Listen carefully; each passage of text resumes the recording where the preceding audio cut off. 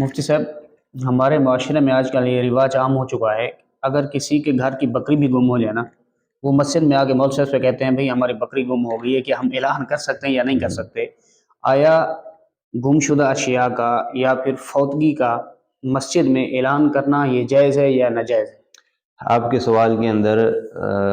دو شقیں ہیں۔ پہلی شق ہے گم شدہ چیز کے اعلان کے متعلق، اور دوسری شق ہے فوتگی کا اعلان۔ جہاں تک تعلق ہے فوتگی کے اعلان کا، تو اس کی فقہاء نے، علماء نے اجازت دی ہے کہ کہیں انتقال ہو گیا تو اس کی نماز جنازہ کا اعلان مسجد میں کرنا یہ جائز ہے، درست ہے، ٹھیک ہے۔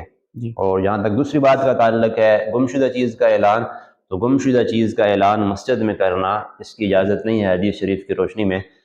ہاں، اگر اس کی ضرورت پیش آ جائے تو اس کا متبادل یہ ہے، ہو سکتا ہے کہ مسجد سے باہر جگہ متعین کر لی جائے، اور وہ سپیکر اور مائک جو مسجد کے لیے وقف شدہ ہے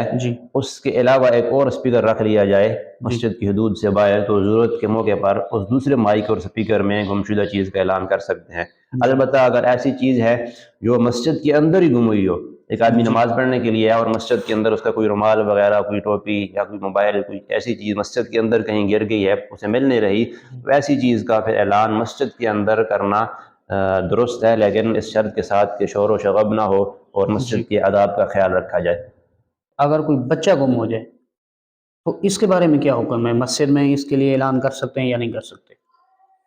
اگر کوئی انسان کا بچہ گم ہو گیا تو اس کے لیے مسجد میں اعلان کی ضرورت پیش آ گئی ہے، تو بعض علماء نے اس کی اجازت دی ہے کہ انسان چونکہ ایک محترم ہے، قابل احترام ہے،